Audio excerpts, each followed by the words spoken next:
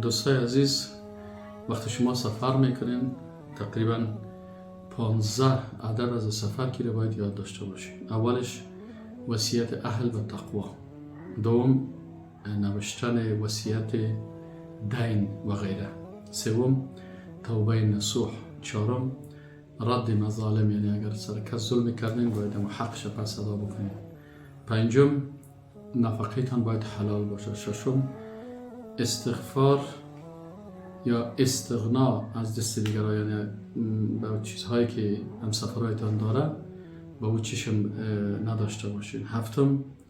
قصد وجه الله و آخرت و تقرب با اعمال و اقوال باشه، یعنی وقتی انسان سفر میکنه این سفرش باید به خاطر رضایت الله باشه، مثلا سفر عبادت از به حج میره یا به عمره میره یا یک سفر تجارتی میره. هشتم اختیار دوستا یا همسفرهای صالح. نهم وقتی که سوار میشه بسم الله بگوید، تکبیر و تسبیح بگوید و دعای سفر بکنه. دهم کثرت ذکر و استغفار، زیاد ذکر بکنه، زیاد استغفار بکنه و محافظت به نماز جماعت بکنه،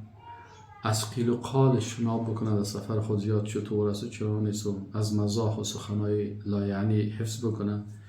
دیگه خود از غیبت و سخنچینی و مسخرگی، دیگه نیکی با همسفرهای خود بکنه، به کسی ضرر نرسانه، امر بالمعروف و نهی عن المنکر بکنه با حکمت، دیگه از رفث و فسوق و جدال و ترک الفاظ ناشایسته. و السلام علیکم و رحمت الله.